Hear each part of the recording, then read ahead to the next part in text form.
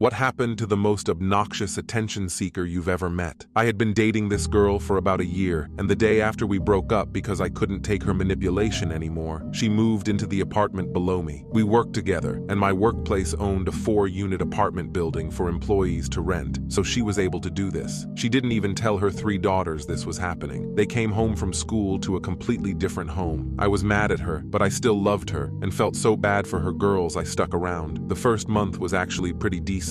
I'd have dinner over there every night, help get the place together, and take care of the girls. Well, one day she decided to completely shut me out. She had already made me fall for her again by this point, and so like an idiot I kept trying to win her love. I gave her time, flowers, energy, but was always met with coldness. So then it came out that she had been cheating on me the entire time we'd been together. I confronted her and threatened to cut her out of my life, and she broke down and promised to try again. I, being the idiot I was, fell for it again.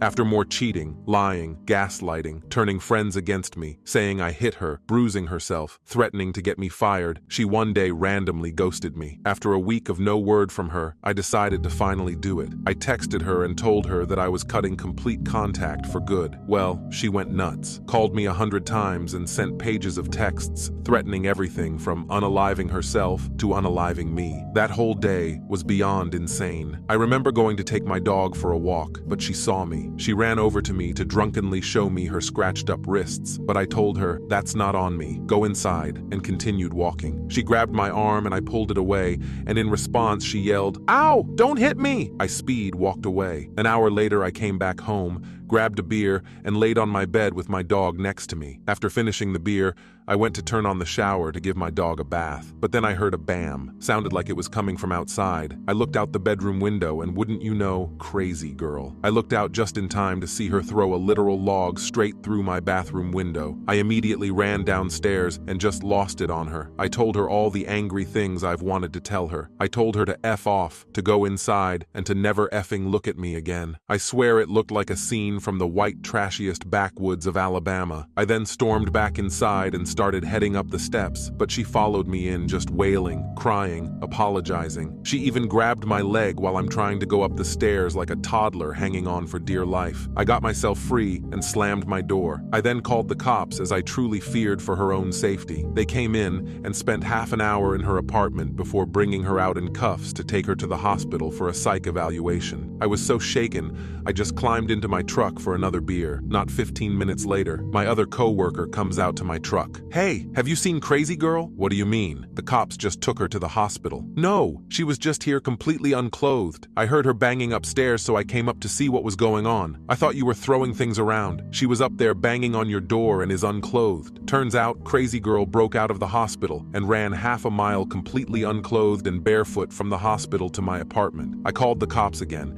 They came but didn't find her. They called the hospital, and it turns out that after I didn't answer the door, Crazy Girl ran back to the hospital unclothed. I wish I was making this up. Well, the hospital let Crazy Girl out the next morning. It hadn't even been 12 hours, and she was still drunk. She did actually agree to leave me alone after, but about a month later, I saw her on the news. She had taken her own life, and I still don't know if I should blame myself or not.